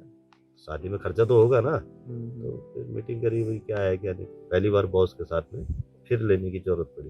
तो ऐसे करके मतलब मदद की उसने, वो भी मदद की। उसके बाद कैश का भी थोड़ा बहुत वो भी देखा, मतलब ऐसे स्टेप बढ़ाया कि चल ठीक है 5,000 बढ़ा देते हैं, अगले साल बच्चा होगा, चल ठीक है 5,000 और बढ़ा देते हैं। अच्छा अच्छा, मतलब जरूरतों के हिसाब से पैसा बढ़ गया, बढ़ गया। जैसे जैसे जरूरतें बढ़ी ऐसे ऐसे सैलरी बढ़ी। सैलरी बढ़ती गई। अब 2006 के बाद मतलब लगातार हर साल कभी 5,000 कभी 3,000 कभी ये बढ़ता रहा। पूरे बार ठीक ठाक चलता रहा हमारा नौकरी का लाइफ। धीरे धीरे स्टेप बाय स्टेप आदमी सोचता है कि यार सब चीज़ तो हो रहा है, लेकिन अगर नौकरी नहीं है तो अगर मैं आज नौकरी छोड़ता हूँ तो अब सोचने वाली बात वही है ना कि बचपन से ही आदत ऐसी पड़ी हुई है कि क्या करेंगे तो यार, अगर नौकरी नहीं है, अब हमने न तो घर के न घाट के, अपना गांव खंडर करके आ गए। तब आपको ये चीज फील मतलब हुई? ये चीजों पे फीलिंग मेरे को रात रात में फिर मैं सोचता था कि यार, अगर हम यहाँ घर बनाते हैं, इतना 50 गज 100 गज का फ्लैट होगा, और गांव में हमने इतनी सारी जमीन बर्बाद करके आ गए, सारी छोड़ रखी है। अगर हम वहाँ पे जितनी मेहनत यहाँ 14 घंटे 16 घंटे, यहाँ तक कि रात को 2-2 बजे तक भी मैंने नौकरी की हुई है, छोड़ के गलती करी है, लेकिन पहाड़ में रहा भी कुछ नहीं है। पलायन की खबरें, मतलब जो हम जब मैं छोड़ के गया था तो तब इतनी तेजी से पलायन नहीं होता था, लेकिन जब 2000 में हमारा उत्तराखंड राज्य बना और उस पर हमने खुशी जताई थी कि अब शायद हो सकता है कि कुछ टाइम बाद हमें भी चीजें मिलेंगी, अपने प्रायोरिटी रोजगार के मिलेगी। साधन वहाँ हो जाएंगे, या स्वरोजगार का कुछ साधन उत्तराखंड में हो जाएगा, तो धीरे धीरे हम अपने उत्तराखंड में चलेंगे। तो देखा कि उत्तराखंड राज्य बनने के बाद भी उत्तराखंड से तो लोग लगातार पलायन ही कर रहे हैं, वहाँ भी रोजगार का साधन कुछ नहीं है।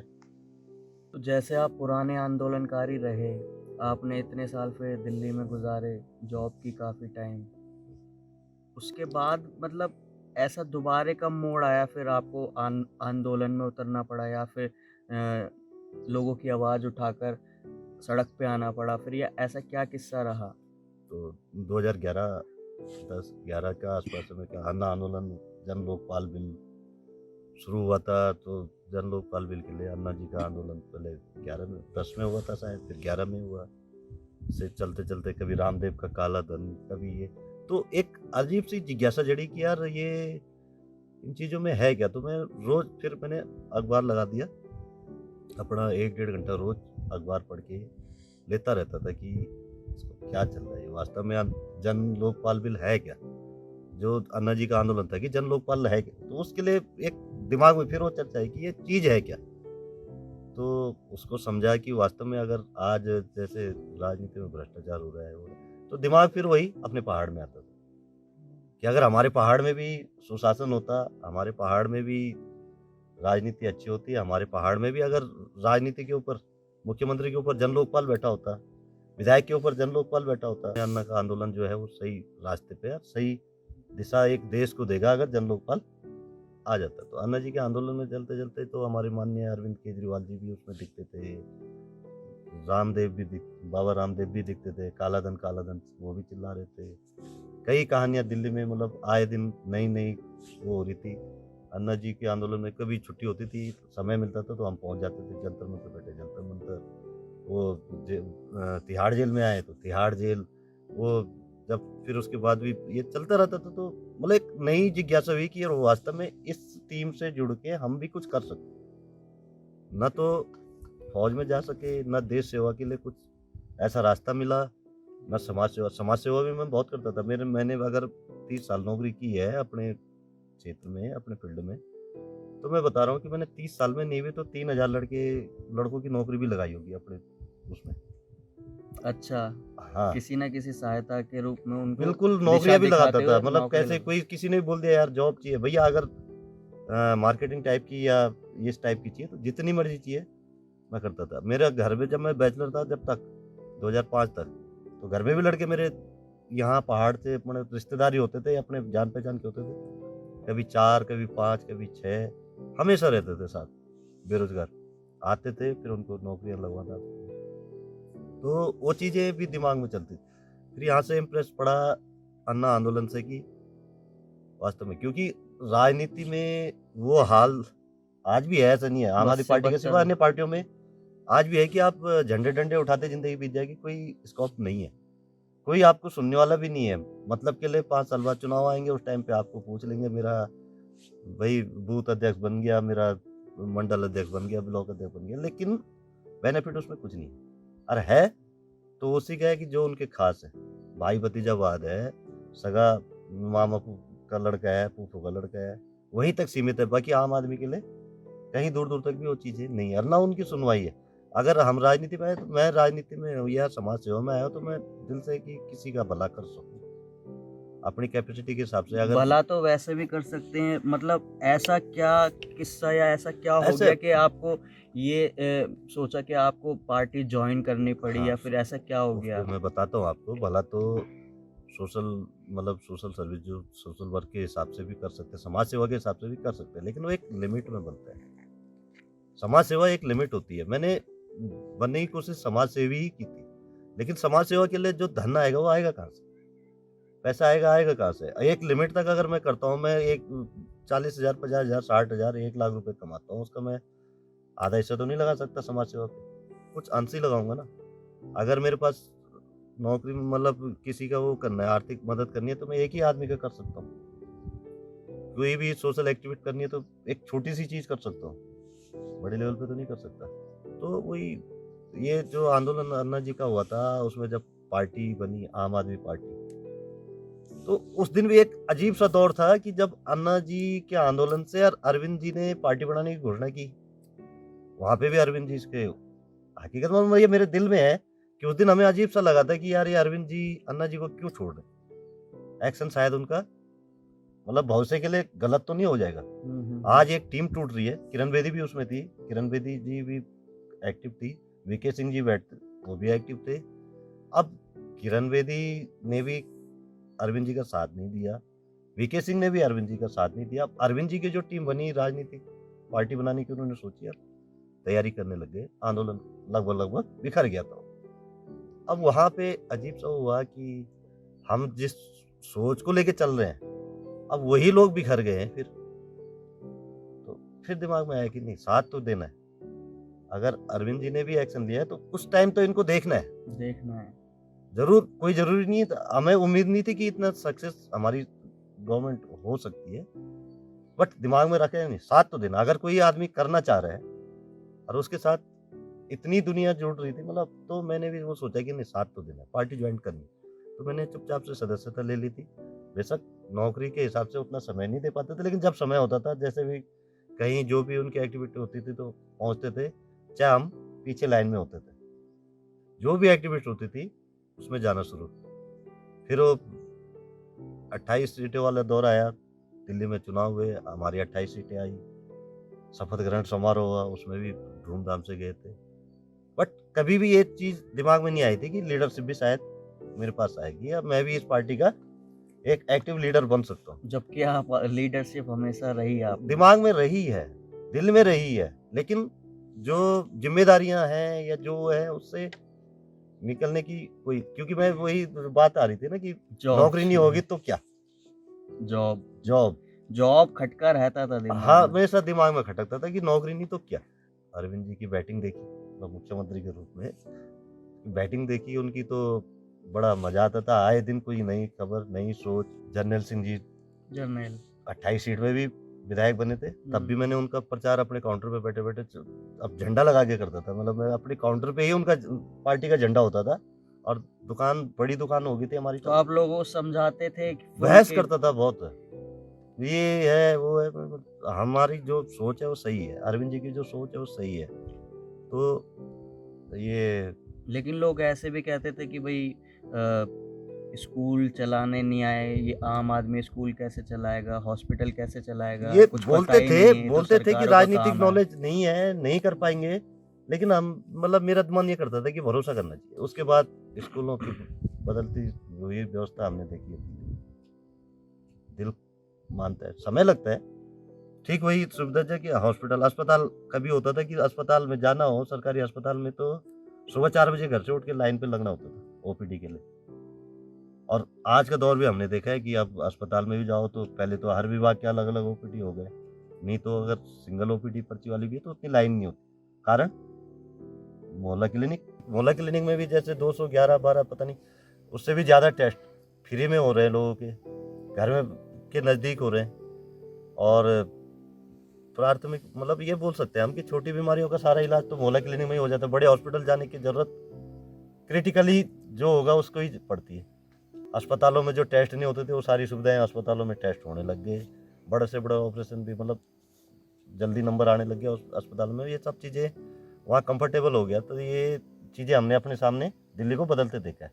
जैसे स्कूलों में आ जाओ, स्कूलों लगातार अच्छी होती गई, इंफ्रास्ट्रक्चर सुधर गया, जगह नहीं दी, केंद्र से जगह मांगी नए स्कूल बनाने के लिए, जो उन्होंने बोला था कि मैं नए स्कूल बना के दिखाऊँ, बजट में भी रखा, वो भी रखा। जब जगह लेने की, ज़मीन लेने की बात आई तो सेंट्रल गवर्नमेंट आड़े आ गई, नई जगह मिली तो उन्होंने वही पुरानी बिल्डिंगों को रेनोवेशन करके मल्टी स्टोरी कर दिया, या जहाँ पे जगह थी, स्पेस थी, तो उसका सदुपयोग करके वो बिल्डिंग करके, और मेरे ख्याल से 22,000 से ज़्यादा रूम्स उन्होंने पहली ये 5 जो 2014 से 19 वाले शासन में स्कूलों की हालत सुधारने में जो योगदान दिया, मतलब ये समझ लो कि उसके बाद तो मैंने अपने बड़े बेटे को भी सरकारी स्कूल में ले आया था। अच्छा अच्छा। हाँ, और हैप्पीनेस क्लास के लिए पहली बार जब उसने एडमिशन लिया था 6 में शायद या 7th में लिया था, तो उसको हैप्पीनेस क्लास के लिए, मतलब समर में जो गर्मी की छुट्टियाँ होती हैं उसमें भी स्कूल वालों ने बोला हैप्पीनेस क्लास आपने ज्वाइन करनी, किया, वो ज्वाइन की उसने। तो कभी कभी मतलब वो होता था कि पापा, मतलब बच्चे के दिमाग को कैसे फोकस करना, बोलो वो चीज़ों में मज़ा आता है, क्रिएटिव बनाया जा रहा है। हाँ एक्टिव, उसमें मज़ा आता है क्लास। बाकी तो ऐसा तो कभी कहानियों के आधार पे, कभी मतलब गेम के आधार पे बच्चों को जो एक सीखने की वो भावनाएं डाली उन्होंने, वो बहुत अट्रैक्टिव, वो चीज़ें अच्छी लगी।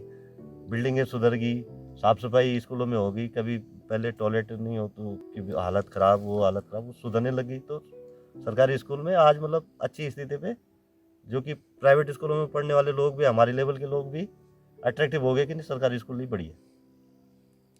अब इन चीज़ों को बदलते दिल्ली में देखा तो फिर मन किया कि यार हम अपने उत्तराखंड की स्थिति देखते हैं तो वहीं के वहीं।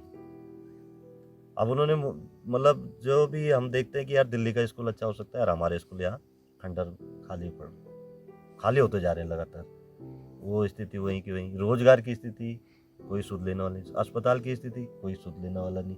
आपने सुना होगा कि, या आपको बताऊं कि एक रिगणीकाल में सरकारी हॉस्पिटल है, और वैसे तो कई कहानियां वहाँ पे हुई है, रेफर सेंटर ही है, कोई वो नहीं है, लेकिन इमरजेंसी में फर्स्ट एड बॉक्स जिसको हम बोलते हैं, अगर वो चीज़ भी हमारे अस्पतालों में यहाँ नहीं है, चाहे वो रिगणीकाल हो, चाहे नैनडंडा हो, चाहे वो अन्य भी कोई भी अस्पताल है यहाँ पे, कहीं वो चीज़ भी नहीं है। अभी एक स्वाति ध्यानी का केस हुआ था 2 साल पहले रिगणीकाल में, आपने सुना होगा कि लेडीज आई प्रसव उसके लिए हॉस्पिटल में एडमिट हुई और उसी दौरान उसने दम तोड़ दिया।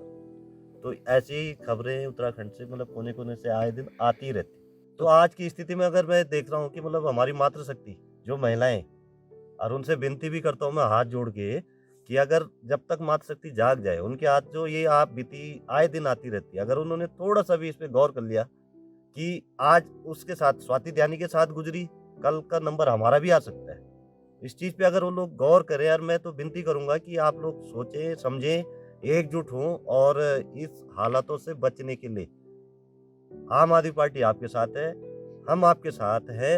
ये बदलाव तभी होगा जब भाजपा और कांग्रेस ये इनकी नीतियों को हम उखाड़ के फेंकेंगे और सुशासन यहाँ पे आए, आम आदमी पार्टी की सरकार बने, और हम इन चीज़ों पे ध्यान दें, अस्पताल अच्छे से अच्छे हों, स्कूल हमारे अच्छे से अच्छे हों। इस लड़ाई में हम लगातार लगे हुए हैं, और आम जो हमारी मातृशक्ति है, हमारी माताएं बहनें, मैं उनसे विनती करूंगा कि वो भी हमारा साथ इस बदलाव के लिए इस बार दें। और वैसे लैंडोन में महिलाओं ने दिखा भी दिया है, मैंने कुछ सभाएं की है मातृशक्ति की, दम तो दिखा रहे हैं। हाँ बिल्कुल, बहुत अट्रैक्टिव मूड से, और बहुत अच्छा समर्थन हमें मातृशक्ति का मिलता है। तो दिल्ली मॉडल जैसा बना दिया, स्वास्थ्य, रोजगार और आपका स्कूल, ये इंफ्रास्ट्रक्चर इतना अच्छा बना दिया, तो उत्तराखंड में ये संभव हो पाएगा?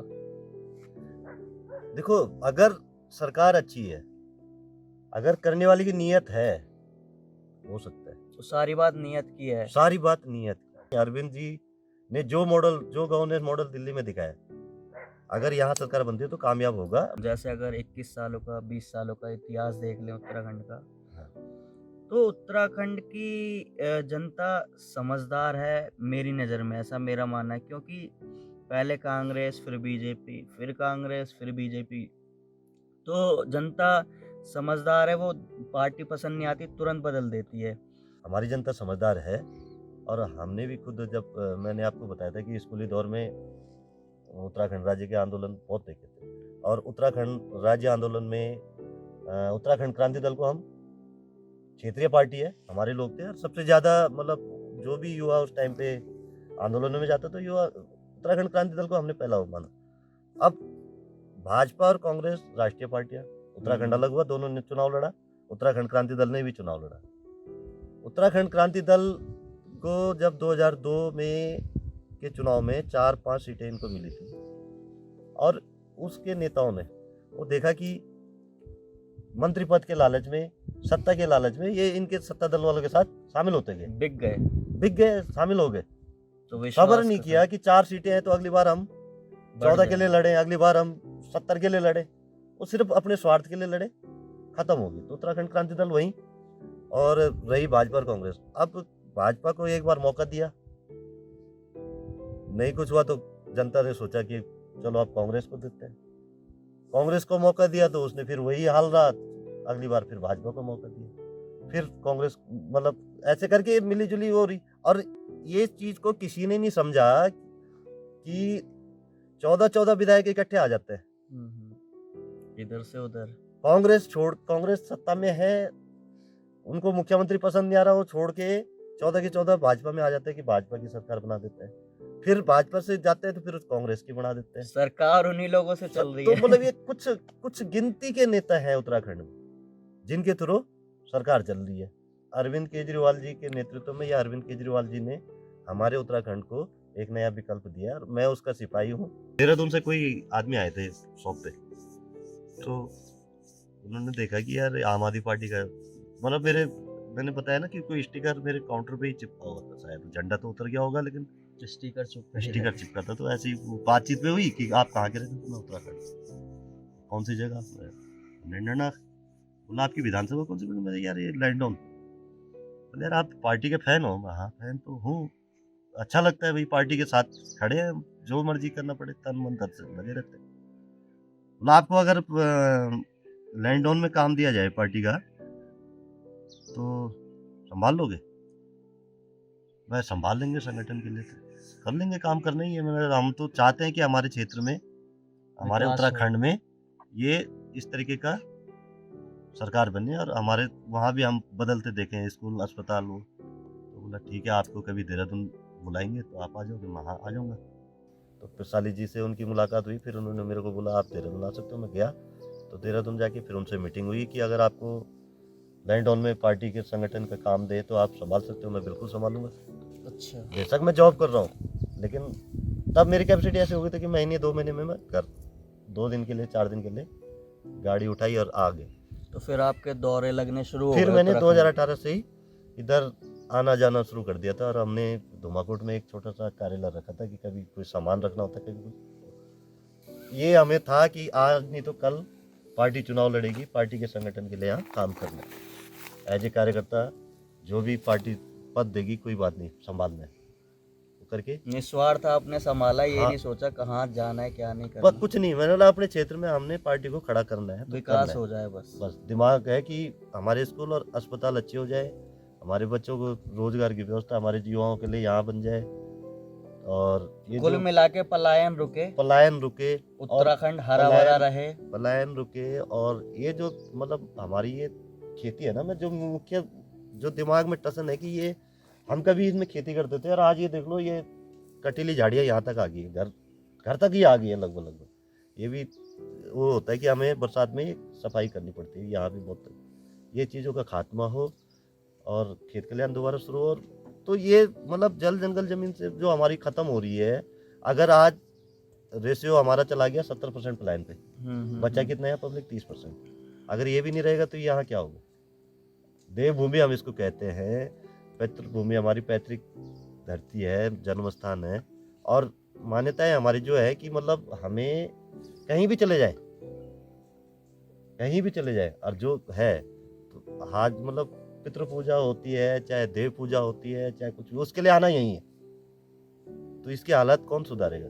हमारे जो बच्चे युवा जो जाते हैं बाहर नौकरी की तलाश में, या उसमें जो भी बाहर जाता है, तो उसमें भी नहीं भी तो 70% तो ऐसे ही धक्के खा रहा है बाहर भी, जो ना बाहर लायक हो रखा है ना यहाँ लायक है।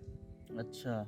अभी तो ये तो बड़ी बात वो है ना, लड़ाई तो ये तो जैसे चल रहा है दाल रोटी तो जरूर खा रहे हैं, लेकिन पीढ़ी, हमारी पीढ़ी ऐसी खराब हो चुकी है इस टाइम पे कि जो लोग हैं उसमें से 10 से 15% शटल हैं जो कि मतलब संगठित क्षेत्र में नौकरियां कर रहे हैं या संगठित क्षेत्र में हैं, अच्छी कंपनी में हैं। बाकी वहाँ भी 80% लड़के तो हमारे ऐसे हैं कि जो सिर्फ ढाबों में नौकरी कर रहे हैं या दुकानों में नौकरी कर रहे हैं या मतलब असंगठित क्षेत्र में, जहाँ उनका कोई भविष्य सुरक्षित नहीं। अगर आम आदमी पार्टी यहाँ सरकार बनाती है, यहाँ अस्पताल अच्छे हो गए, स्कूल अच्छे हो गए, कई लोग स्कूल के नाम से जाते हैं, पढ़ाई बच्चों को पढ़ाएंगे उसके नाम से खाली हो रखा है। कई स्वास्थ्य व्यवस्था, हमने तो हमारा ये मतलब सैनिक बहुल क्षेत्र है, सैनिक बहुल क्षेत्र है हमारा। अगर यहाँ पे स्वास्थ्य व्यवस्था अच्छी होती तो हमारा हर फौजी भाई रिटायरमेंट के बाद अपने गांव में आना पसंद करता, बुढ़ापा काटने के लिए अपने गांव में आना पसंद करता। लेकिन स्वास्थ्य व्यवस्था बिल्कुल खत्म, तो वो भी फिर रामनगर या काशीपुर ही तक सीमित हो जाता है, या उधर से आए तो कोटद्वार तक। तो इन व्यवस्थाओं के लिए आखिर लड़ेगा कौन? कुर्बानी तो किसी न किसी को देनी पड़ेगी, तन से, मन से, धन से। बिना कुर्बानी दिए, बिना समय गंवाए, बिना साथ दिए ये चीजें हम नहीं कर सकते। मेरे को फोन आया था उस टाइम के यहाँ के संगठन मंत्री जी का और कलेर साहब हमारे अध्यक्ष जी का। अध्यक्ष जी ने फोन किया कि गिरी जी अगर आपका नाम प्रभारी पद पे डाले तो समय दोगे आप? 100% समय दूंगा, कोई दिक्कत नहीं मेरे को, नौकरी छोड़नी पड़ेगी, 100% समय दूंगा। लीडरशिप हमेशा है। बस नहीं, लीडरशिप की यहाँ पे बात नहीं है, यहाँ पे बात है कि भाई बचपन में हम एक कहानी सुनते थे कि चूहे और बिल्ली वाली, कि बिल्ली आएगी तो पता चलेगा घंटी बांधेगा कौन, बिल्ली के गले में घंटी कौन बांधेगा कौन। अब आज राजनीति, आज हमारी हो क्या, हम रोज चिल्ला तो रहे पलायन हो रहा है, पलायन हो रहा है, हमारे स्कूल खराब हो रहे हैं, हमारे हॉस्पिटल खराब हो रहे हैं, चिल्लाने के लिए सारे ही बोल रहे हैं, सारे बोलते हैं, लेकिन उसको संभालेगा कौन? किसी न किसी को तो एक्शन लेना पड़ेगा ना कि यार ठीक है हम इसको। तो उसी सोच से मैंने फिर संगठन के लिए मैंने हाँ कर दिया, प्रभारी पद दे दो, कोई बात नहीं, मैं कर लूंगा काम, जो भी मेरे से होगा, तन मन धन जितना भी मेरे से बनेगा, पीछे नहीं हटूंगा, आखिरी दम तक पीछे नहीं हटूंगा बस। तो प्रभारी पद फिर मेरे को मिल गया, तो आया प्रभारी पद। उसके बाद देखा मैंने यहाँ पे राजनीतिक समीकरण बनने लग गए, संगठन बनने लग गए, पूरे उत्तराखंड में चहल पहल पार्टी की चलने लगी और हर जगह जो भी हमारे से होता है। अब यहाँ भौगोलिक परिस्थितियाँ थोड़ा उस टाइप की नहीं है कि जितना पार्टी मतलब जितना हम चाहते हैं कि हम करें, लेकिन उतना हम नहीं दौड़ पाते। कभी अगर मैं जाता हूँ तो कार्यकर्ता सारे, कहीं यातायात के साधन नहीं है, कहीं कुछ दिक्कत भी होती है, लेकिन फिर भी हमने मतलब मैं ये जब से घोषणा हुई है चुनाव की यार प्रभारी पद मिला, तब से लेकर आज तक 750 गांव इस विधानसभा में, 750 गांव में से 590 गांव पैदल घूम के आ चुका हूँ। 590 कवर कर दिया, 590 गांव तक मैं पहुंचा हुआ हूँ। और हर गांव की स्थिति यही है कि 30 परिवार है, गांव में आदमी मिलते हैं, कहीं 15, कहीं 20। लोगों से बातचीत के मतलब दौरान जो मैंने रेशो निकाला कि 70% हमारा उत्तराखंड खाली है, हमारा क्षेत्र खाली है, सिर्फ 30% लोग यहाँ हैं, और ये 30% लोग भी 10 साल के लिए मैक्सिमम, अगर यही हाल रहे तो 10 साल में ये स्थितियाँ हो जाएंगी, गांव के गांव ताले लगे हुए मिलेंगे। तो इन चीज़ों के लिए बहुत संघर्ष कर रहे हैं। अब 590 गांव तक पहुंचना मतलब पैदल जाना, कहीं ये भी नहीं है कि सड़क की व्यवस्था हर गांव तक है। तैड़े पांड करके एक गांव है हमारे यहाँ पे, पांड नैंडाना ब्लॉक का आखिरी गांव है, और वहाँ से रिकनी खाल ब्लॉक का आखिरी गांव है तैड़िया। अब एक दिन हमने वो देखा कि यार पांड जाना है, बट वहाँ के लिए सुना था कि भाई जब उस गांव में कोई बल जाता है तो पहुँचता भी है कि नहीं पता नहीं लगता बंदे को। अच्छा जी, ऐसा गांव है कि वो भी है, और भी गांव है, एक गांव और है वहाँ मैं अभी पहुँच नहीं पाया हूँ, लेकिन वहाँ के बारे में मैंने सुना था कि बंदा जाता है लेकिन पहुँचे या वापस आने की गारंटी नहीं है। क्यों? क्योंकि कार्बेट नेशनल पार्क के जंगल के बीच में है गाँव, करीबन 3 से 4 किलोमीटर एकदम घने जंगल के बीच जाना पड़ता है पैदल। और उस गांव की कहानी ये भी थी कि वहाँ पे सिर्फ मैंने सुना था कि एक ही आदमी रह रहा है, एक ही आदमी उस गांव में मेरे ख्याल से 6-7 साल से अकेला रह रहा था। अब कोरोना काल में जब ये बन रहा था तो हमने सुना, तो मेरा एक डबल सिंह रावत और मैं, उन्हें दिमाग में लगाया कि जाना है वो। अब जब हम वहाँ जा रहे थे मैदान में, फॉरेस्ट विभाग ने रोक दिया। उनको रास्ता पूछा हमने कि यार हम उधर जाना है तो कौन सा रास्ते से जाना चाहिए। ठीक है। तो रास्ता बताया तो उन्होंने रोक दिया। बोला आप जा ही नहीं सकते। मैं क्यों नहीं जा सकते? बोला वहाँ अकेले जा ही नहीं सकते भाई, वहाँ लेके 15 लोग चाहिए।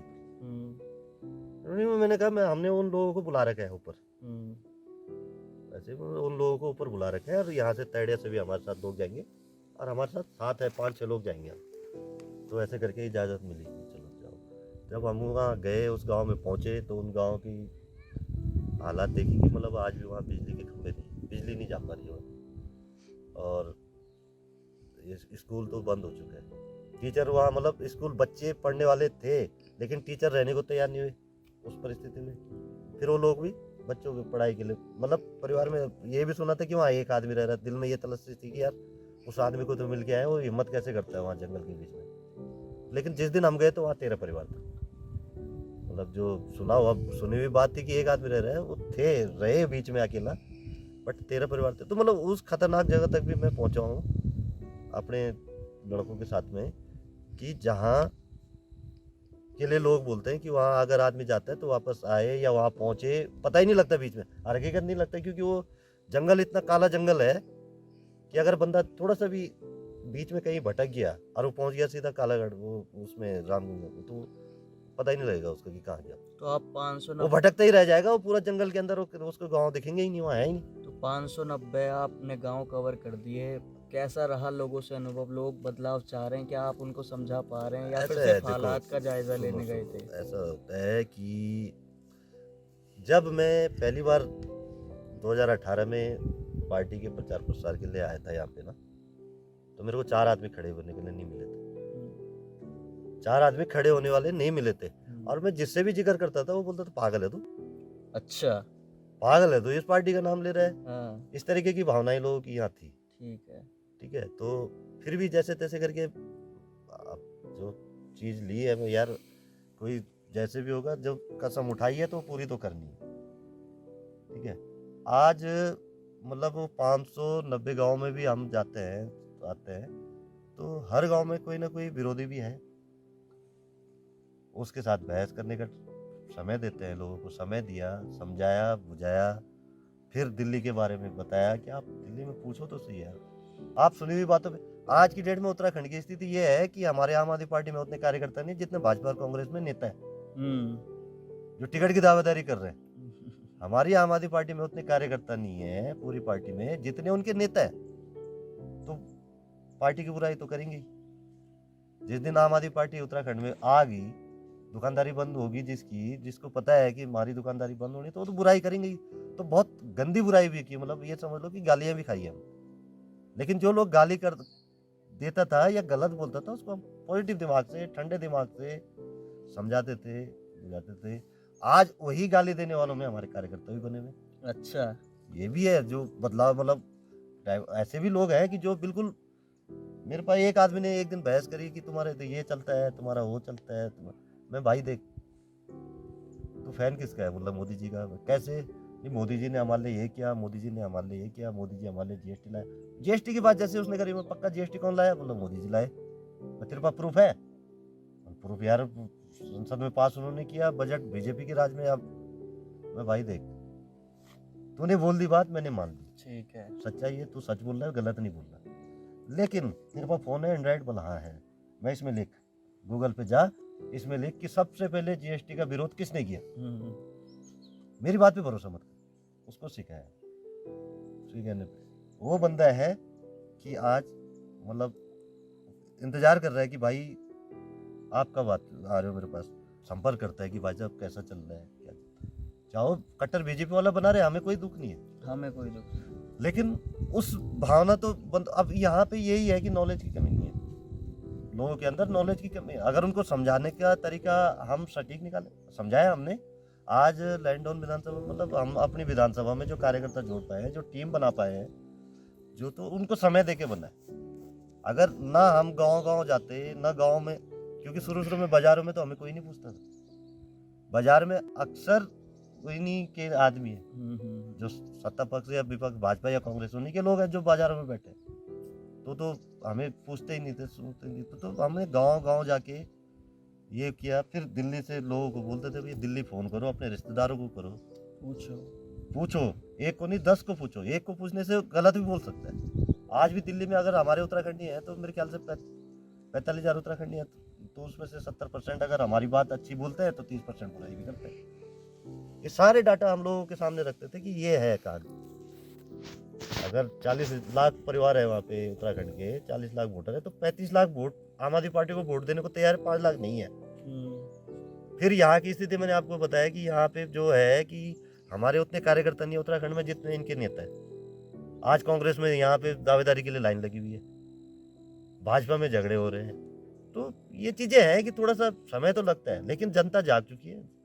एक एक घर जो भी हमने कोशिश की, जितने भी लोगों को मिले, चाहे वो अब आज की डेट में हम बाजार में जाते हैं तो सब जगह दुआ सलाम है, सब समझते हैं बात को, तो स्थिति बहुत अच्छी है। हाँ, तो गिरी साहब, एज अ सोशल एक्टिविस्ट आपने अभी इतना बड़ा पैंडेमिक आया था, उस वक्त काफ़ी हालात ऐसे हो गए थे, बड़े बड़े बिजनेसमैन डूब गए थे, तो आम नागरिक की तो हालात बहुत बुरे थे, जिससे जितना बन पाया उन्होंने किया।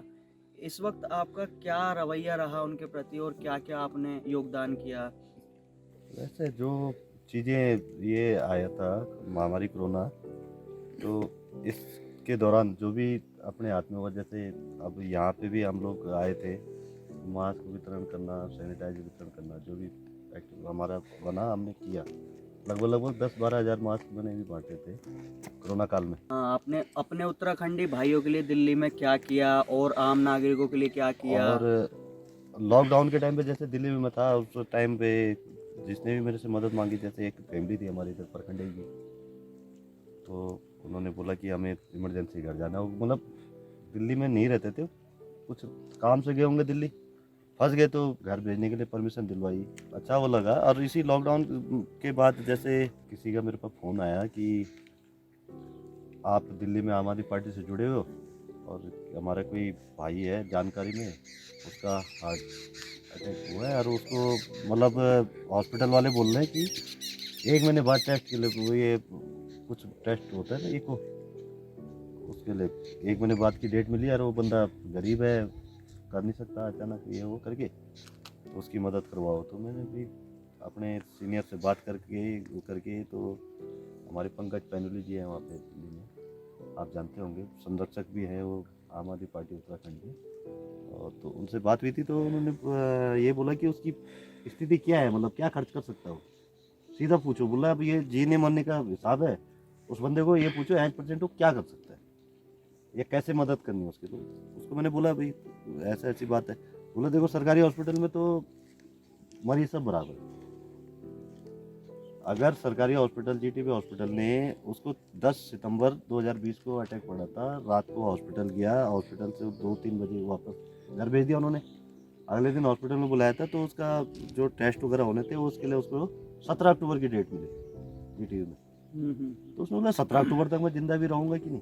अब खैर वो उसका नसीब था, मैं ये नहीं बोल रहा कि हमने एहसान किया, मैं तो सिर्फ बात ही की, इधर उधर से राय ली, उसको किया। तो उनका फ़ोन मेरे पास आया, तो मैंने बोला यार, जब बात हुई तो बोला मतलब आर्थिक स्थिति कैसी है, क्या है, क्या कर सकता है बंदा, कर दे सकता है इधर उधर से कुछ, तो मतलब उसका क्या आना चाहिए। तो उन्होंने बोला Rajiv Gandhi super speciality hospital में एडमिट करवा देते हैं, भेज देते हैं, और वहाँ पे खर्चा आएगा 35-40 हज़ार रुपये। मैंने भी उससे यही बात करी कि भैया ऐसी बात है, इमरजेंसी जल्दी वो चाहिए, तो राजीव गांधी में आपको भिजवा देते हैं, और वहाँ 35-40 हज़ार रुपये का खर्चा जो भी आएगा वो होगा। तो अगर आप कर सकते हो तो ये बताओ, और नहीं तो फिर कोशिश करते हैं, फिर दूसरा रास्ता निकालते हैं कि अगर फंडिंग करनी है या सरकारी हॉस्पिटल में भी किस जगह हो सकता है टेस्ट हमारा, उसके लिए थोड़ी बात करनी हो तो हम करते हैं।